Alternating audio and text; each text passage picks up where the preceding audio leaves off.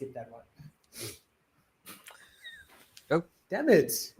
Hi, middle-aged gamers. That was really fast. When do we ever start that fast? always been Welcome that back to an...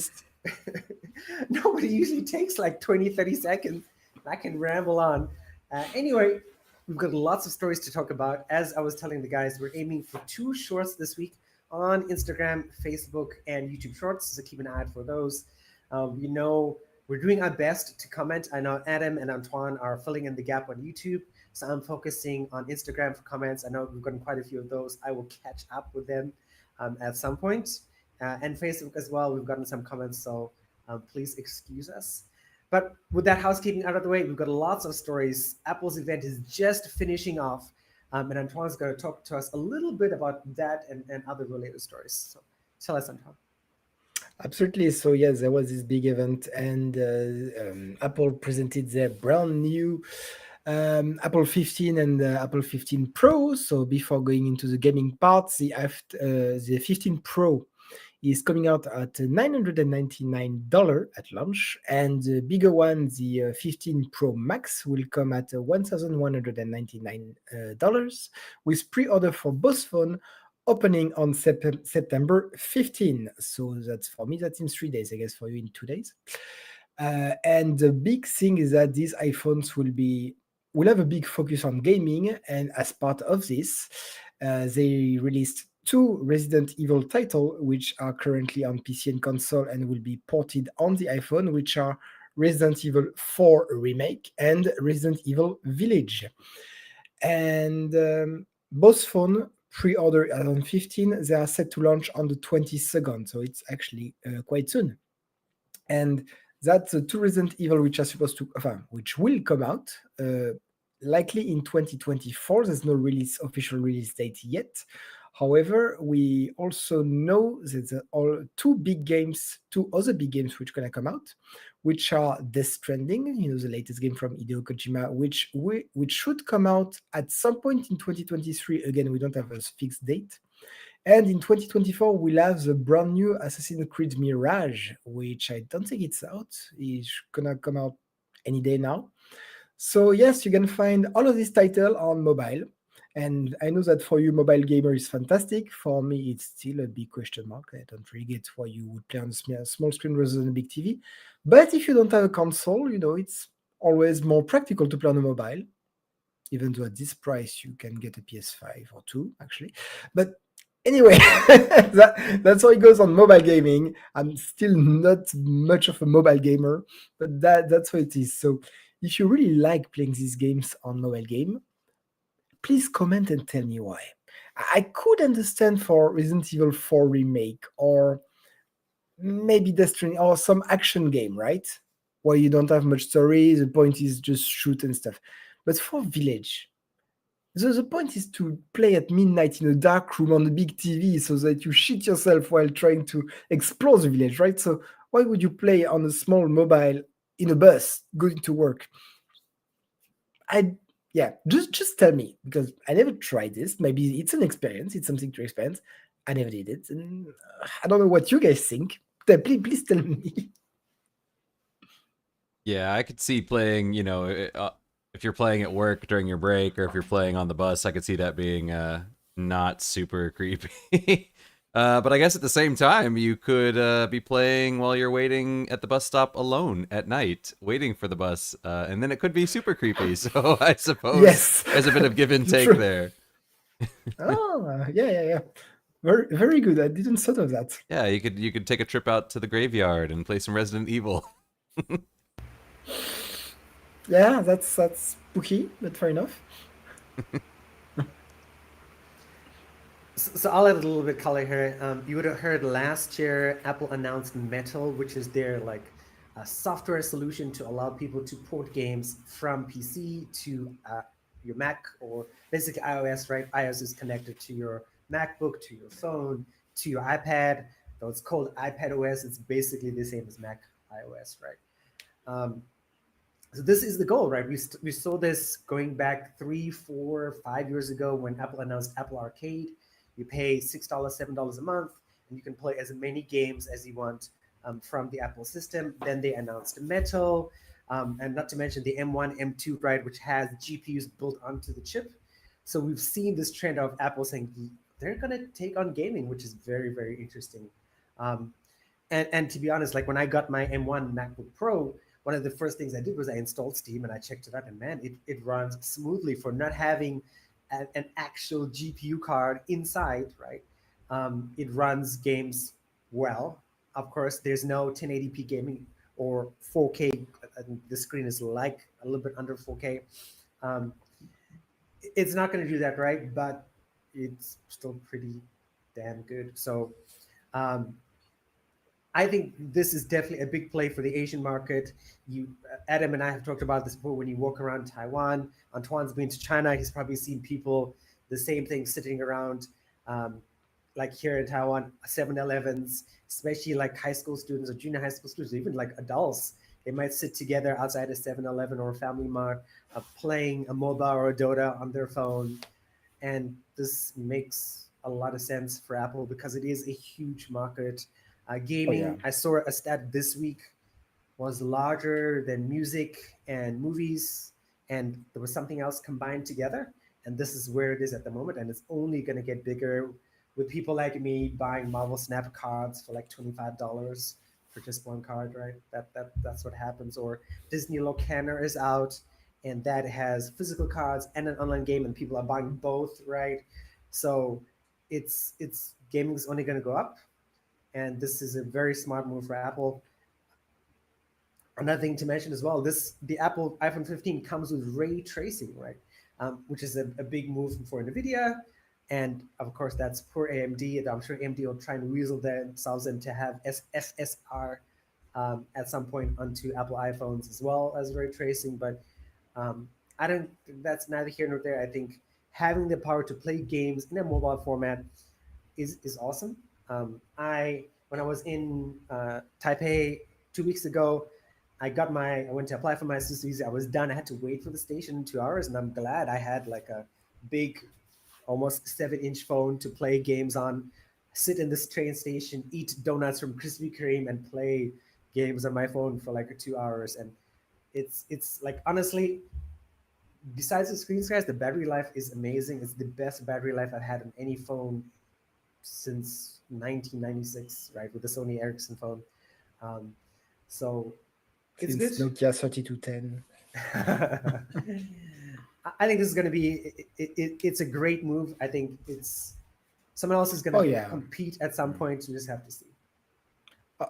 Strategically speaking, we talked about it in another podcast.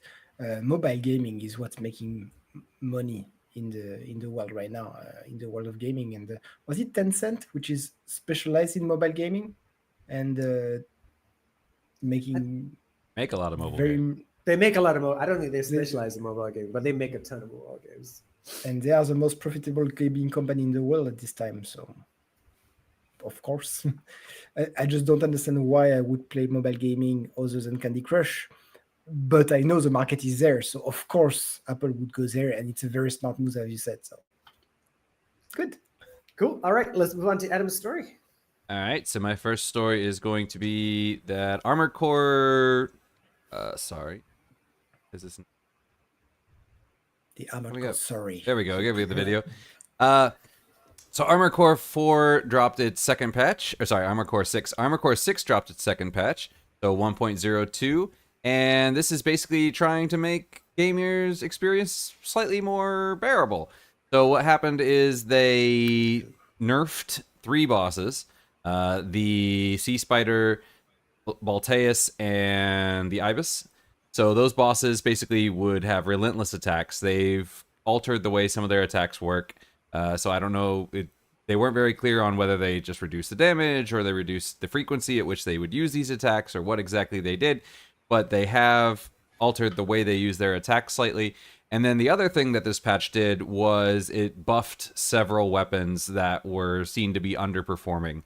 So basically, the 3 kinds of things that they were typically doing were they were increasing their damage, they were increasing the velocity of the weapon, so the travel time from you to the enemy, and they were increasing the reload speed, because some of the weapons basically did not seem very viable, and nobody was really using them.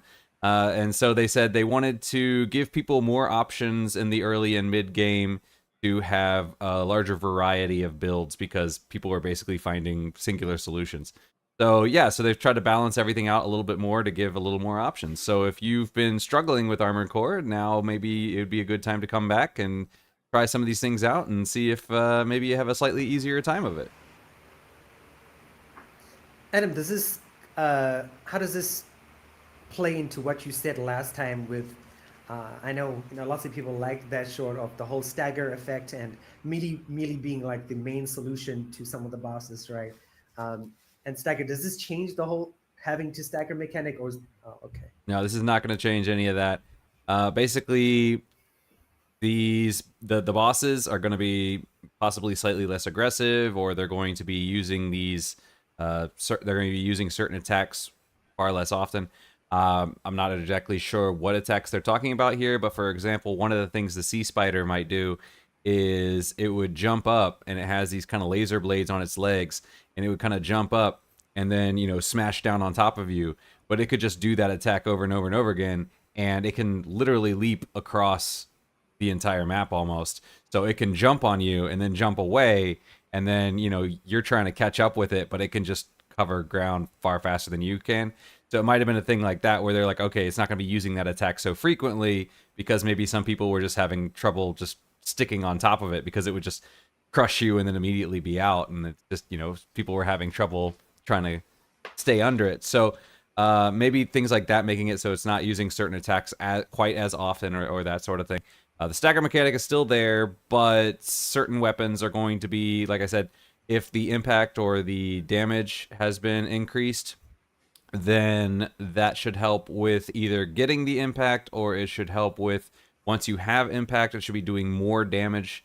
So maybe certain weapons before were not very useful because they're not causing a lot of impact, and when you do get impact, they're not causing that much damage relative to, say, the chain gun or a bazooka. These things are doing far more damage. But maybe you had a automatic rifle which just wasn't doing that same amount of damage because the magazine would just take forever to refill. So you get 5 shots out, and then by the time it's refilled, the stagger's over.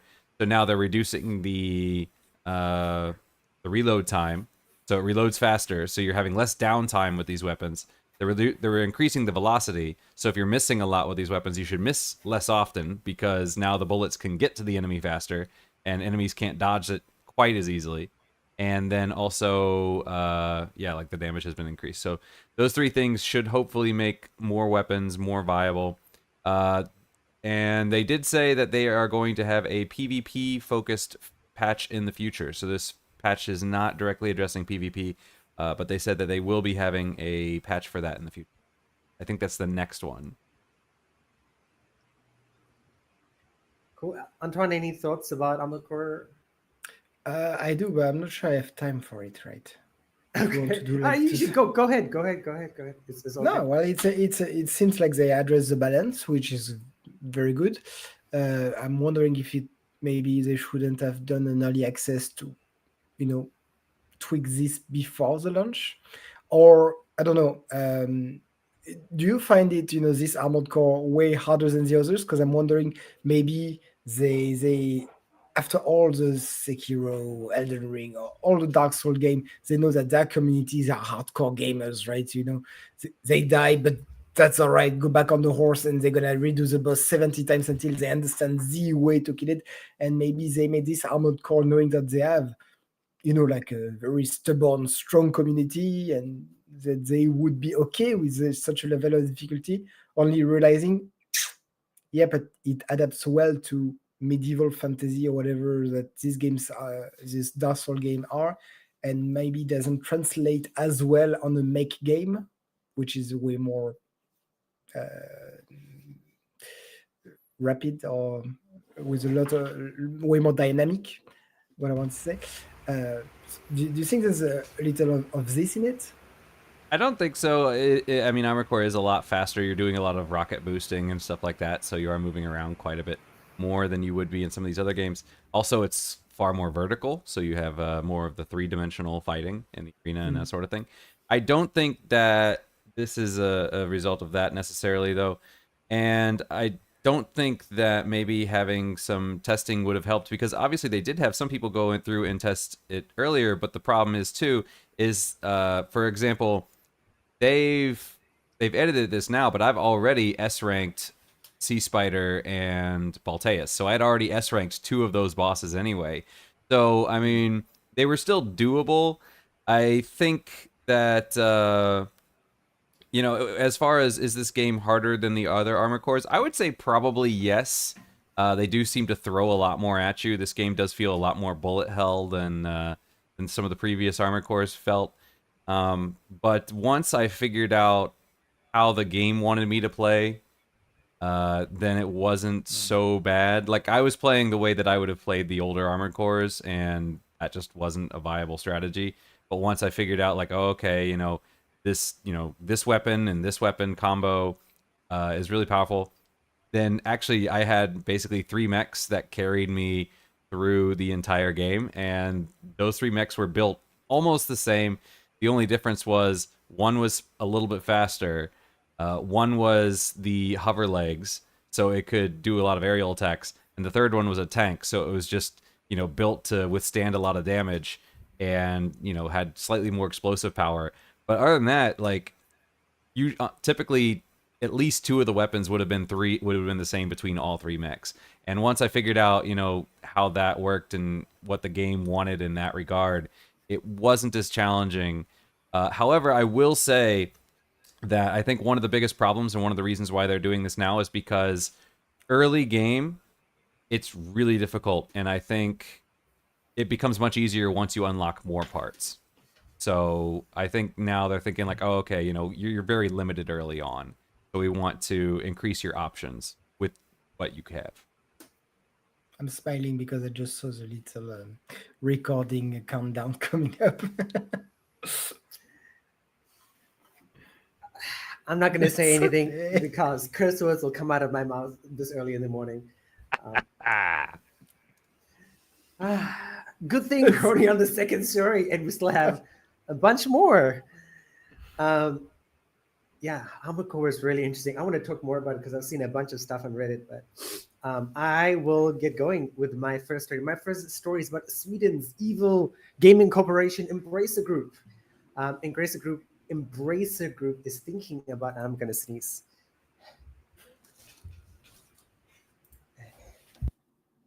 Every time. It's because we started recording. Maybe. All right. Thank God this doesn't matter for YouTube Shorts. Okay.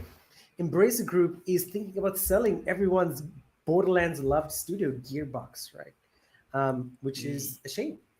So some quick history about Embracer Group. They went on a huge buying spree at the end of 2021 into 2022. At the end of 2022, they're like, by the way, investors and government in Sweden, we might have a bit too much debt. So we need to restructure. And then they, of course, sold a bunch of studios, laid off a bunch of people like typical VCs do, suck out all the good stuff, get rid of, well, the important stuff. And then you have whatever's left over, the shells of dead companies, right? You've seen those death memes with the guy and the doors on Reddit or on social media, right? And now apparently Gearbox is coming up to the auction bench or the auction gavel, whatever you want to call it. And it's not guaranteed at the moment, but they are shopping around for it. And this to me kind of it makes a little bit of sense. I want to hear what the guys think about it. I mean, just because while Borderlands is a somewhat mainstream game, but like Remnant 2, right, which of course did really, really well on Steam, but again is a drop in the pond when it comes to some other bigger franchises. They're making Homeworld 3, which is the trail I gave Adam for today, right? Homeworld 3. RTS games are making kind of a comeback. I mean, I just kickstarted another one for 2025. But I mean, like StarCraft 2 is dead pretty much, right? Despite being really, really popular a few years ago. It's unfortunate, but I think Gearbox is just not making games that, especially when it comes to VCs, right? You're looking for that huge, double-digit 40, 50% returns after buying millions of dollars buying companies or billions of dollars buying companies. And if you're not getting it, you're like, yeah, I've got to tell investors that, okay, I'm have to make money, and this didn't make us money, so I'm selling it. And of course, after they announced Gearbox, their shares went up in Sweden by 6%. But yeah, I'm interested to see what you guys think about Embracer selling another company.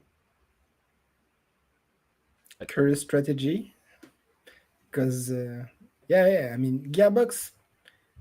I don't know the numbers right, but it's almost guaranteed that whoever buy Gearbox and release a Borderlands 4 would make money right away from the purchase. So why why sell Gearbox? That's the golden goose, really. I don't What do you know. think, Adam? Were they the ones that shut down Volition just recently too? Was that Embracer? Yes. All right, so Yeah. yeah, so they shut down Volition and now they're selling off Gearbox, and they were the ones that bought Eidos and Crystal Dynamics off of Square Enix, right?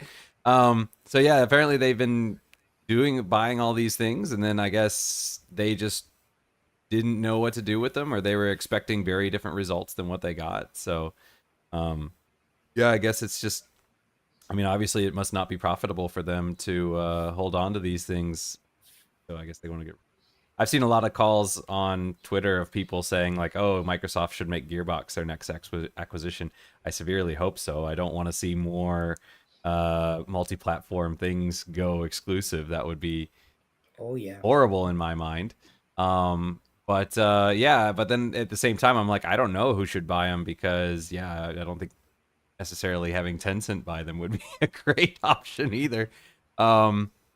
But yeah, it's just kind of it just makes me kind of wonder what's going on over at Embracer, that they've been having all this gaming news and all kind of doom and gloom over there. So I'm kind of really curious what's going on. Makes me think I still have Tiny Tina in my backlog. My friends and I just finished that last week. Oh, how was it? Because I heard it was a very good game with very good results, financial results. It's pretty Good good. sale. I think I enjoyed Borderlands 2 more, but it's pretty good. Yeah, 2 was fantastic. Even better than third. Third was already very good. But it's really like such a high quality Borderlands. Mm. Even if it's subpar, it's still very good. Okay, Anton, let's move on to your second story. Yes, well, I'm skirting around video games today, right? I'm not gonna talk about video games actually, but around it. We have seen this year in cinema. You have seen Sonic. You have seen Mario Bros. More recently, Sonic is a half live action, I would say, with a bit of animated Sonic. Mario Bros was fully animated.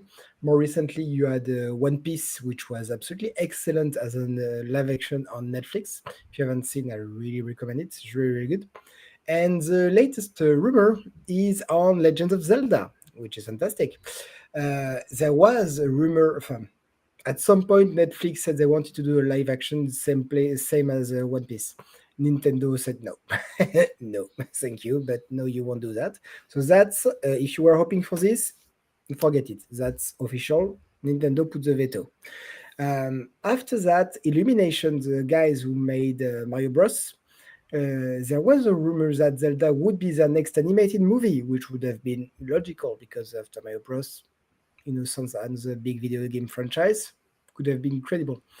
But right now, the latest news, and there's a guy on X, previously Twitter, called My Time to Shine Hello, who's apparently a prominent, quote, prominent and largely trustworthy movie industry insider, who recently posted on X that Universal is gonna do a Zelda movie, a Zelda live action, not animated, a Zelda live action.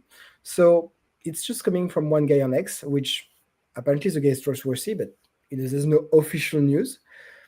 But that would be great. What do you think about the Zelda movie? I'd be super happy. I'd be curious what direction they would go with it. I mean, like, you can have a Mario movie that would be really goofy and it works. As far as Legend of Zelda, I feel like I mean, you could go goofy with it, but I don't feel like it would work as well. I feel like it needs a bit more of a serious tone. So I'd be really curious to see kind of Mm. what kind of story they would want to tell with it, uh, because I think just the nature of an animated film and the style of Zelda would make it appear very much like the kind of film that you would expect to be a children's movie. But I feel like the tones of a lot of the Zeldas are a little bit more mature than that. I mean, they're still approachable, but I feel like they're typically a little bit darker and that sort of thing. So I'd be really curious to see what kind of story they do with it. The thing is, basically with Zelda, you have all the building blocks you had in Uncharted. I don't know if you saw Uncharted. That was a so-so movie on a good license. But again, you have lots of exploration, lot of cave diving or dungeon exploring. You have Zelda and Link, which are clearly identified. You have Ganondorf and Ganon and the bad guy. You have the building blocks for it. And in terms of game, you had so many different games from Skyward Sword, the Breath of the Wild, um, the the Twilight, where Link is actually a wolf. You have so yes, they can go in so many directions. They just need imagination. As long as you write a good script, you can go wherever you want there with Zelda. So you have the good building blocks, and I'm just afraid they would. I just hope they won't go the road that most video games movie went, like Uncharted, like Monster Hunter. Ugh, Monster Hunter. Jesus, the Resident Evils. We'll see what we'll see what it does, but I just hope that they take their time to write a good script, or even like stick to a game. It works very well for One Piece. They didn't adapt much of the manga. They just took literally what was there in the anime, translated very well into an action movie, into a live action, and it went fantastic. So that's also an option.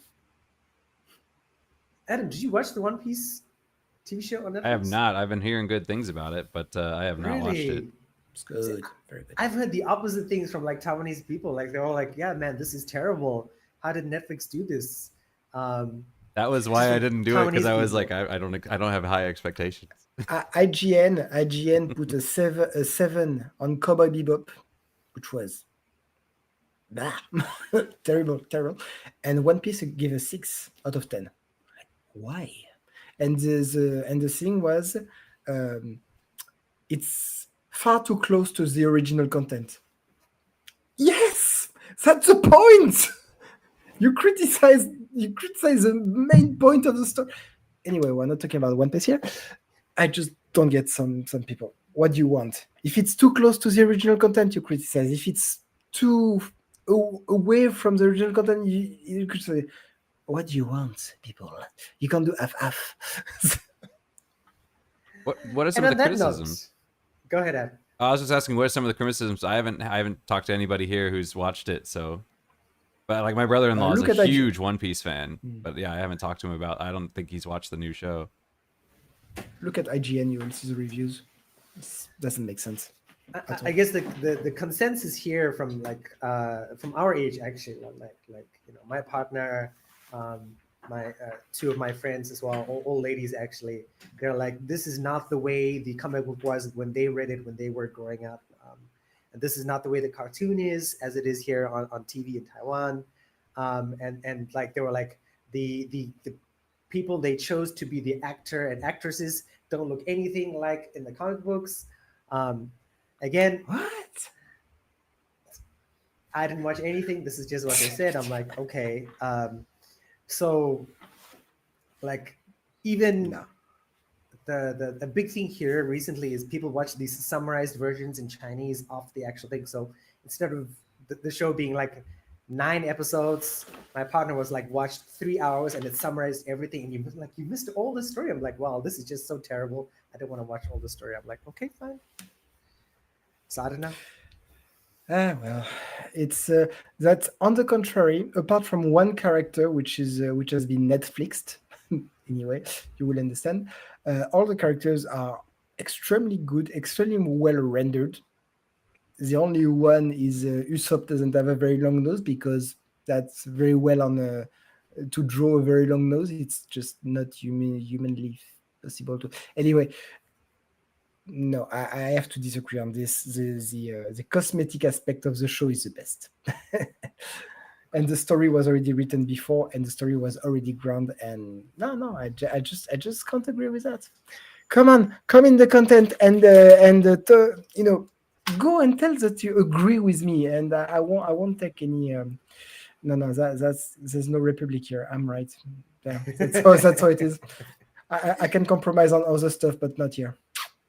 No problem. I think this is going to be a short. I want to test an anime short on YouTube and Instagram to see how it does. So, okay. And take two. On that note, Adam, your second story. So for my second one, Xbox is going to be offering MasterCard. So Xbox is partnering with MasterCard to create the Xbox MasterCard. They have, I believe it's 5 different designs. Let me bring up my notes here. So they have... All right, so they have 5 iconic designs, and you can also customize it with your customized gamer tag. So if you want to put your gamer tag on there, you can.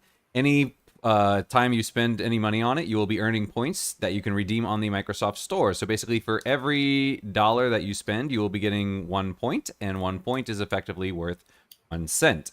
So this is going to launch exclusively for the Xbox Insider Program members in the US on September 21st. It will be open to all US-based Xbox users next year. As I said, it will give you 1 reward point for each dollar you spend on purchases, 5 points per dollar spent on the Microsoft Store, and 3 points per dollar spent on specific streaming services or dining. For example, if you use it for Netflix or Disney Plus or Grubhub or DoorDash, you will be getting 3 points for every dollar spent. And as I said, each point is worth 1 US cent. So, that'll eventually add up. And the APR is going to be, there are 3 different rates. There's 20.99%, 26.99%, and 31.99%, depending on the results of a credit pull. So when they look at that, then, yeah, that's what I heard. A lot of people online were saying, like, that's on the, it's like, they said, you typically 30% is the high end, and this one goes up to 31.99. So they said it is a bit, it's within the range of average, but it is on the higher end of average. Also, your first purchase will award you 5,000 points, which is a $50 value straight off the bat, and 3 months of Xbox Game Pass Ultimate for free. So, when you get your card, the first thing you buy, you're automatically getting 50 points to spend on the Xbox Store and 3 months of Game Pass. So, yeah, if you are a huge Xbox fan, then I guess this might be worthwhile because you can just get points towards what you want. And if you're not such a huge fan, maybe that APR might be a bit high. But yeah. Just remember to pay a credit card at the end of the month.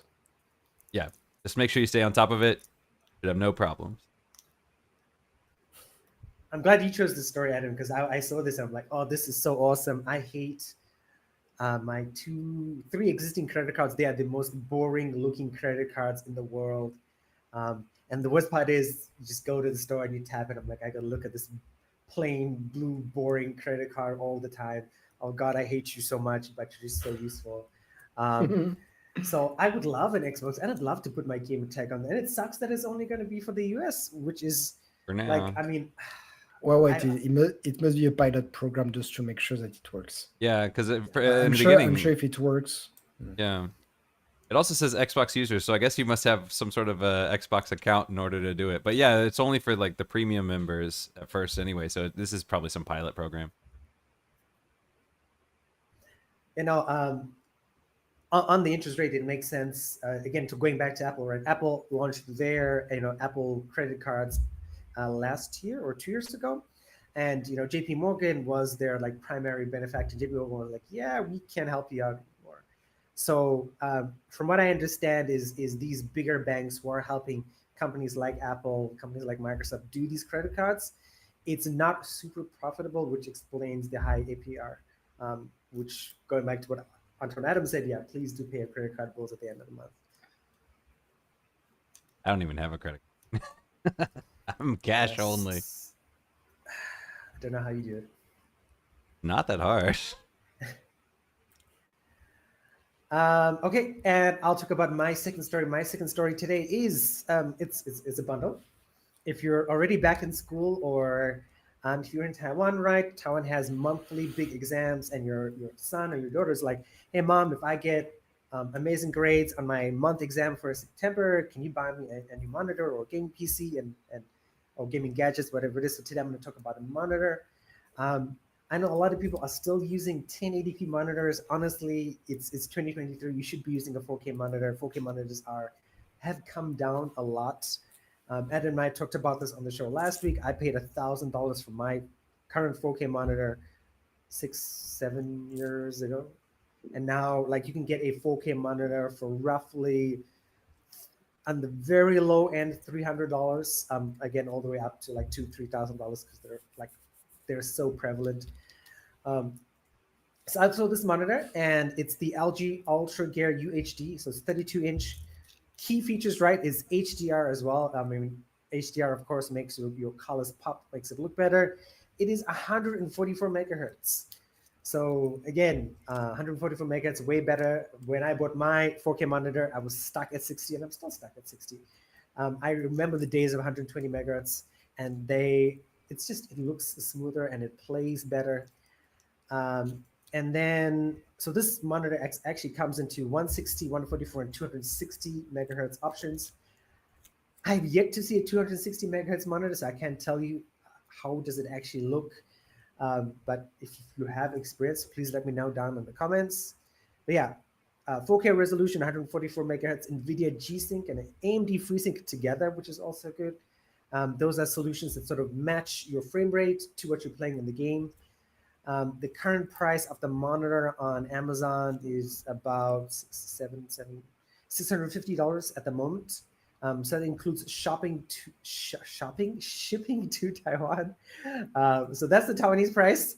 You get it a little bit cheaper in the US because there's none of that sort of like shipping that you'd have to deal with to Taiwan.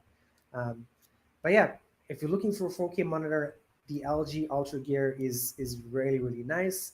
As you would know, right, in Korea, Korea makes a lot of the panels for phones and monitors around the world. It is a quality panel, um, good monitor specs, something for your kids, something for yourself. I think 32-inch on your desktop, on your desk is decent size. It's not too big where you'd have to sit back. It's not too small. And especially at 4K, right? The beauty of 4K is you get to fit a lot of stuff. Right? You get to have your middle-aged gaming stuff, your work stuff, your gaming stuff. It's the perfect blend as a middle-aged gamer for work and gaming all together. And new monitors have that sort of picture-in-picture where you can have two windows running separately and they still look really good. So basically two 1080p windows to be able to work and potentially game at the same time. So good deal. Let me know what you think. If you're looking for more suggestions, I can always give some of those as well. All right, the guys look like no questions, so we can keep moving on and smashing in the stories today into today's episode. Antoine, story number 3. So again, I'm skirting around video games, and this time I'm going to talk about The Witcher. So, quick background: Witcher was a Polish book which was highly successful and became a video game. 3, with The Wild Hunt being the last one, which were highly successful, became a Netflix series with Henry Cavill.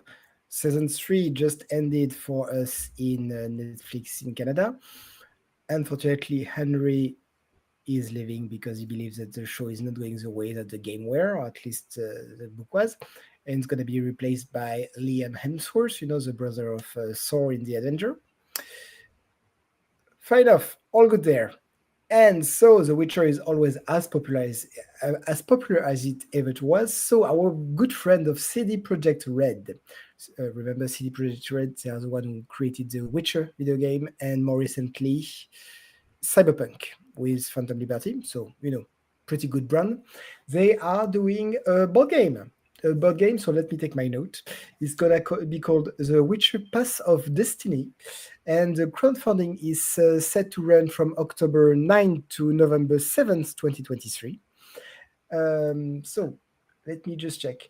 Yes, so you can play from 1 to 5 player. The player you can get are, of course, Geralt, Yennefer, Siri, Vesemir, and Dandelion. I can't remember who Dandelion is, but basically these 5 people. You can sorry, mix up in my notes. So you're gonna relive the iconic stories, and you can choose to either stick to the story or move away from it. This is a game which is gonna last 45 to 90 minutes with up to 5 people. So actually much faster than Monopoly would be. So very nice, and it's age recommended is 14 and plus. So if you have teenagers at home, I think it would be for a good Saturday night. Um, what else? Well, basically it's a good Kickstarter that are based on The Witcher. So I think that's a good thing to get on. Yeah, Kickstarter is more like Korean stuff, so I don't know how to say. Yay, this board game is gonna be fantastic. I have some visual here, but I can't really show you because I can't share my screen. But yeah, there's a whole list of standard pledge, of deluxe pledge, and of course, if they reach a certain amount of money, they're gonna go on stretch goals, which I don't see any stretch. I don't see the stretch goals here, but I'm sure they do have some. Only thing is that I just didn't see which platforms they use for this Kickstarter. But It will the probably be the Kickstarter. likely the Witcher Pass of Destiny. Keep an eye on it. Every Witcher product up till now has been good. CD Projekt is very used to this product, of course. So I think it's going to be a very very good board game for the whole family. Adam, what do you think? I'd want to know what the rules are and how to play, but you know, I always enjoyed board games. My friends and I in high school, we would always play them, but I haven't played board games in a long time because I don't really have anybody to play with. My wife and I will buy board games, and then we'll always be like, "Well, it's just the two of us, so you know, we'll just save it until we have guests over," and then we never have guests over. So. I don't see really rules. I just see what they say, that the actions taken by the group will determine how the story ends, but only one of you will be remembered as the hero. One winner, but you can still take group decisions. Yeah, I'd be So curious there's to gonna be a see good group how it dynamic. plays. Can't say anything until I see that. So I'll highlight. This is the second Witcher board game, right, from the same company. So the first one, I think was supposed to raise $300,000. It went on to like 1 million something. The fifth most funded or the fourth most funded game in Kickstarter. And I will say that this is not for everybody. It's definitely not for the whole family. It is a long, long game. It's very intensive in terms of text. There's a game called Seventh Dimension or Seven something. It's very like, basically it's like 5 of you or 4 of you. You go into an encounter, you take a card, like this is what's happening. You have character sheets, and you're like, okay, what are we gonna do here? It's sort of like a mix of D&D, but a little bit more smoother with less dice rolls, and it goes faster, but it's still long. Like I watched a YouTube video and they played it for like 6 hours. It's like it's made for a certain smart kids, but not for everybody. Yeah, but this one must be a lighter version because they really say maximum an hour and a half. 45 minutes, 35 to 90 minutes. And then that must be it, because that's good, because I remember the video. I only watched one video because at that point when I was still buying board games, I was like, oh, maybe this is something I can buy and play with students. And then I'm like, yep, no, that's too difficult. I'll even with explaining in Chinese, I would have given up after like 20 minutes. But no, I think it's still good if you have board gaming is part of your life. It is no longer part of Adam's and mine's life. This is definitely something you should consider. Okay, Adam, your third story. My third story is going to be about... Cyberpunk. Yes. So Cyberpunk 2077, before Phantom Liberty comes out, the people at CD Projekt Red have come out and said, and I quote this from Twitter, before release Cyberpunk 2077 2.0 and Phantom Liberty, please check conditions of your cooling system in PC. We use all what you have, so workload on CPU 90% on 8 core is expected. To save your time, please run Signbench or similar and check the stability of your system. So basically, they are warning that with these upgraded specs and requirements for Phantom Liberty, that it might overheat your computer. So is this something to worry about? I'm going to say yes. So make sure that you are downloading the proper software to check to make sure that your computer is going to be able to handle it and cool itself properly, because they are coming straight out and warning us that this is going to be pretty intensive. So that's the news. Anton, what do you think? Well, I'm not very surprised because 2077 from was it at the very start of ray tracing, the base game was already at the top of what your computer was able to do. Like you needed the very high-end computer to be able to run this game at the ultra settings. I'm not especially surprised that the sequel does the same. So yes, if you had a high end for the base game, you're certainly fine for the sequel. Maybe not in ultra, but at least in high settings. If your PC had trouble with the base game, you might not be able to get the DLC. Sorry, it might be time for an upgrade. That's the issue. So, you guys have had me complain about my Cyberpunk experience before, but I did see this morning Cyberpunk crossed 500,000 positive reviews on Steam. Which I was shocked. I'm like, damn. So I'm definitely in the minority that, I guess I am in the minority. Like, I will never play another Zelda game ever, and I'll never play Cyberpunk ever, because both games were just disappointing to me. Zelda was like the most disrespectful game in terms of time, forcing me to walk around like a crazy person and puzzles and stuff. And now that also reminds me why I disliked Paleo. I'm like, yeah, here are these puzzles, figure it out. I'm like, figure out your mother. Dang. Sorry. There's a soundbite. It's all right. There is a soundbite. But no, I'm glad. I think, anyway, like middle-aged gamers, if you are building a new PC, this is something that's standard. As a gaming geek myself, built my first PC when I was 12. You're supposed to run Signbench. You're supposed to run memtest 86. You're supposed to run CPU burn, something like that. I can't remember that. When you build a new PC, just to check what's your temperatures like, what's the threshold like. That's something I will encourage Adam to do when he builds his PC in 45 days. So it's just something to sort of check, because you do want to check, especially like if you're living in Canada, right? I guess even in summer in Canada, right? These days, right? Hot weather, of course, that can push things to the limits. There's a whole bunch of factors, but it's something you should definitely check. And cheaper cooling solutions are really, really doable. You can get a liquid cooling CPU solution for $50. You do have to replace the liquid cooling roughly 1.5 to 2 years yourself, which is a bit of a pain, but it's still quite doable. So you definitely think about your cooling solutions. Upgrades are cheaper. AMD just released new graphics cards, so the old series are becoming cheaper. New CPUs for AMD also came out earlier this year. So again, older generation CPUs are cheaper. So now, again, going back to the monitor story that I just did, now is a good time to sort of buy stuff, or wait 45 days for Black Friday and buy some stuff then. Okay, and my third story, continuing my hardware streak today, is about the Logitech Z313 computer speakers. So you're a gamer, you're using a headset sometimes, right? Because you don't want to affect your neighbors, or you don't want to affect your partner, or you don't want to affect your girlfriend or boyfriend or whoever that is. Headsets can be kind of irritating. I mean, even now it's much cooler in Taiwan. I'm sure Adam still has the AC on though. Oh yeah, it's on right now. Yeah, it's on right now. So like I don't turn on the AC anymore until I go to bed, because the weather has come down for me anyway.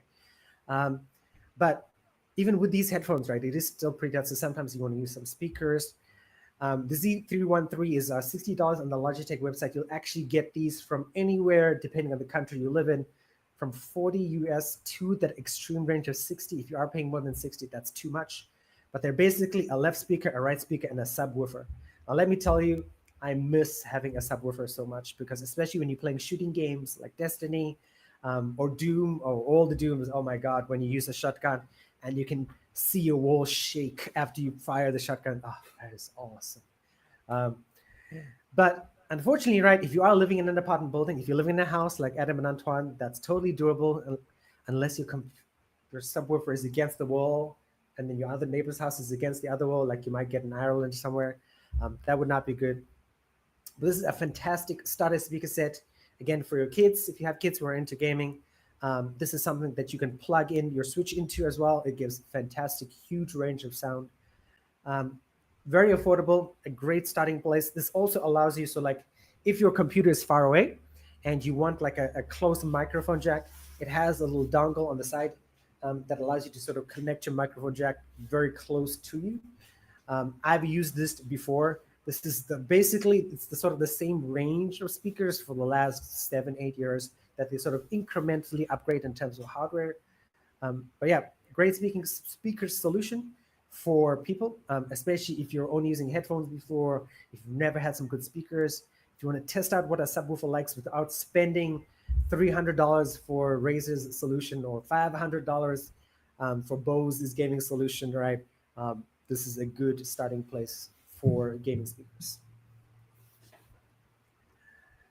Okay, Perfect. cool. Okay, and then story 4, if anybody has one. I don't have anything like prepped, but I can say this. So I noticed that nobody's been asking me, but apparently you guys have been searching on YouTube. How do we stream to different platforms on the PlayStation? For example, you can stream to YouTube and Twitch pretty easily, but what about Kick or Facebook? And the simple answer is you can't, because PlayStation only is designed to work with YouTube or Twitch. So if you want to stream on something else like Kick or Facebook, what you're going to need to do is you're going to need some kind of PC or laptop, and you're going to need a capture card. So, you can hook up your capture card to your PlayStation and then, run that through to your TV. And then you can, plug that into your computer, and then using OBS or Prism Live Studio or something like that, you're going to have to stream through that. You can't stream natively from the PlayStation like you can with Twitch and YouTube. So that's how I do it. I use a capture card. I use the, I think I'm trying to remember, is it Elgato HD60X or something like that? I'd have to go back. You got an Elgato streaming card? No, not a card. Is it Elgato? I don't remember what it is. It's Okay. Is it Elgato? Maybe it's not Elgato. I don't remember who it is. But I think it's called HD60X. Let me double check that up. And where is my here? Anton, you can think of a thought story while you're waiting. HD60X capture card. Is it an Elgato? Yeah, Elgato. It's an Elgato HD60X. That's my capture card that I use. How much did you pay for it? I don't remember. I got it on sale. I don't remember exactly how much I paid for it, but I will. Those are expensive. They're like $100. Yeah, it was like $100 or something like that. Yeah, that sounds about right. Damn, nice.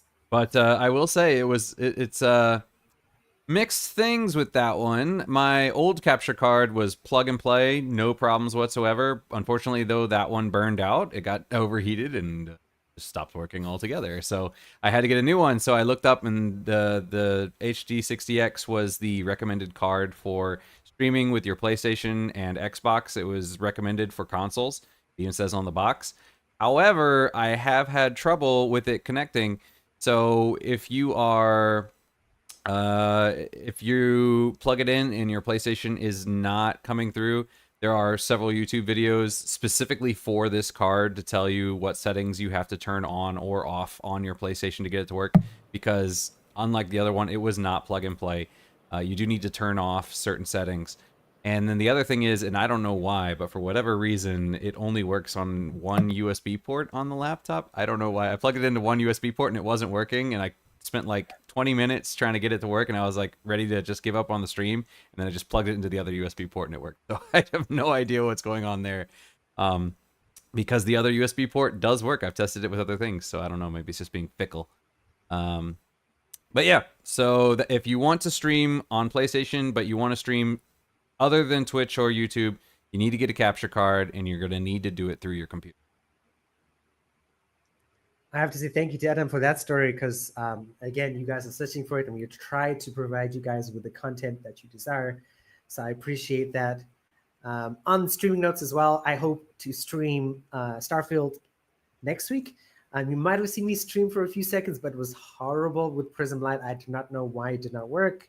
I managed to capture some gaming footage with the Xbox app on Windows 11. That was absolutely beautiful. No problem. I'm going to try OBS tomorrow for Starfield. Hopefully that works. And I'm looking at Antoine to see if he is ready. No, absolutely not. Because I saw some Fortnite next collab.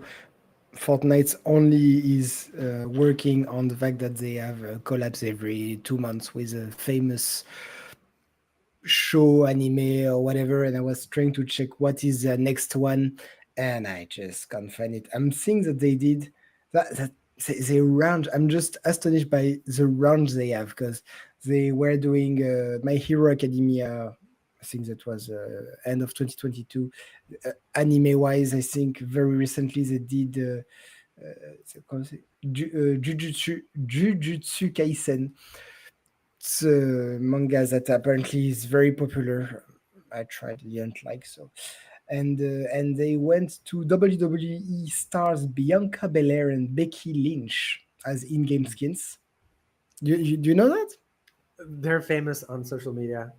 Ah, fair enough. So yeah, I was trying to find what is the next collab. There's maybe a Fortnite X Call of Duty for arriving in December 2023, which actually would make sense, shooting games. For once, it makes sense more than having a Goku, some anime character. Anyway, so yeah, so your next so for the shorts, let me restart. Hey kids, you like Fortnite?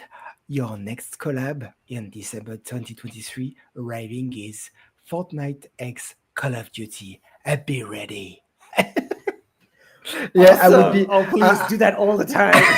I would be a terrible cinema announcer. I really like this big cinema voice you hear on the radio. I just can't do it. I just finished. You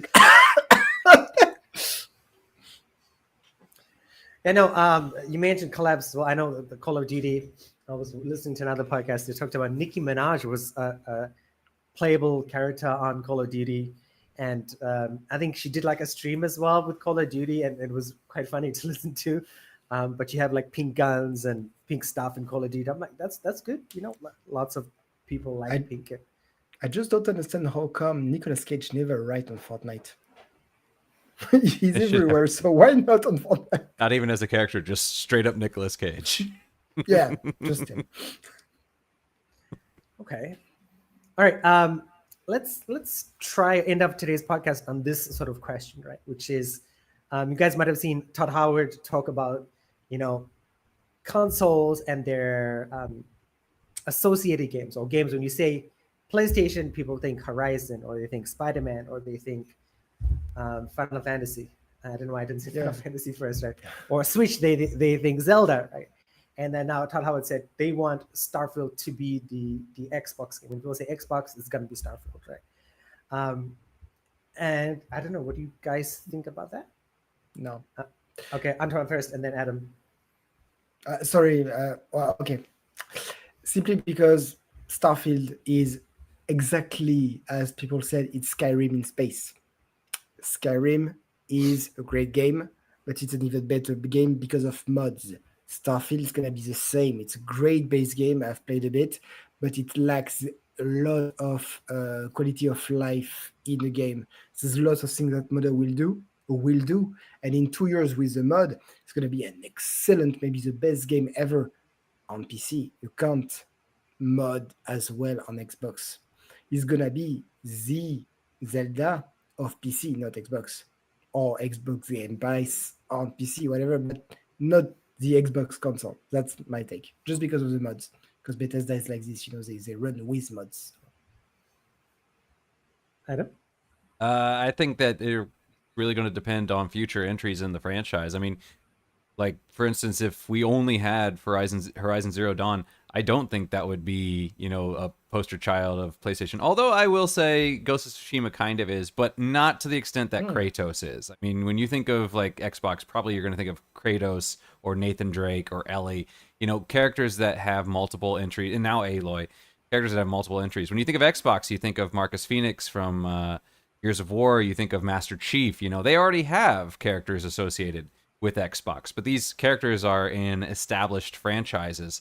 And I think that's and to an extent that might actually work against Starfield in a way, is like you can have Master Chief, he's a recognizable character, right? You can have Marcus Phoenix, that's a recognizable character. Aloy is a recognizable character. Jen Sakai from Ghost of Tsushima is a recognizable character. Link, Mario, these are recognizable characters. But when you have something like Starfield, there is no one face to apply to it. So I think it'll be harder. I mean, people might think of the game in the sense that, like, you know, in the old PlayStation days, like Korean was saying, you know, you think of PlayStation, you would think of, you know, Final Fantasy. So, you know, that's a definite possibility. But I think in order to do that, they're going to need to make at least one more Starfield to turn it from a game to a franchise. I think it needs to be a franchise to achieve it. I know. I didn't even know what I was gonna say, but after you guys talked, I'm like, oh yeah, I agree with everything you guys said. But I think at the moment, I mean, maybe this is going to be a generational thing where it's like people who bought Starfield right now and in your 20s are like, oh my God, this is awesome. I love it. People who never played Skyrim before. And they were like, okay, this is the game for me. And then 5 years later, when Starfield 2 or 7 years later, when Starfield 2, probably like 10 years later, when Starfield 2 comes out, they'll be like, yeah, oh my God, I waited 10 years for this and I'm 30 years old now. And this is the generation for me. And I have an Xbox and this is what I bought. I will push back on what Antoine said. I think Starfield is amazing in what I played so far. It is better than Skyrim, I guess, in a sense, in terms of the gunplay. I love the guns in Starfield. The shooting, it's almost like the Call of Duty level of sound design and of accuracy. And it is, in some aspects, like, oh God, I'm going to sneeze again. Well, Korean sneezing, yeah, I hadn't thought about it, but he's right. I mean, look at the time gaps between the different Elder Scroll games. Look at the time gaps between the different Fallout games. You know, if we're adding Starfield to the mix, what kind of time frames are we looking at? You know, because we're looking, Elder Scrolls 6 is obviously next, but what's after Elder Scrolls 6? Is it going to be Fallout 5 or is it going to be Starfield 2? You know. So it might be a quite a while before we see a Starfield 2. Yeah. Indeed. All right, and those are lots of good videos that we have prepared for today. And I thank you guys for your time as always. Thank you guys for watching this as well. Don't forget now, all shorts going forward will have a link, especially on YouTube, to the long form video. So if you're watching this part or anything that Adam said, if you're watching the long form video at the end, right, please, just click on that link. It'll take you straight to the long form video and you can watch the whole video as well if you like something Antoine said or Adam said or I said. I'm going to try to post links on Instagram and Facebook. It is a little bit harder because they're not clickable. You have to highlight and then click on it. But we'll see how that goes going forward.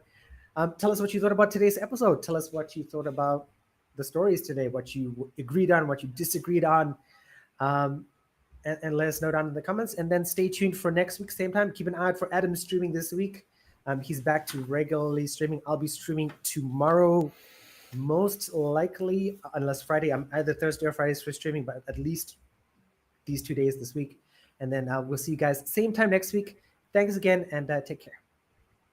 Later. Bye.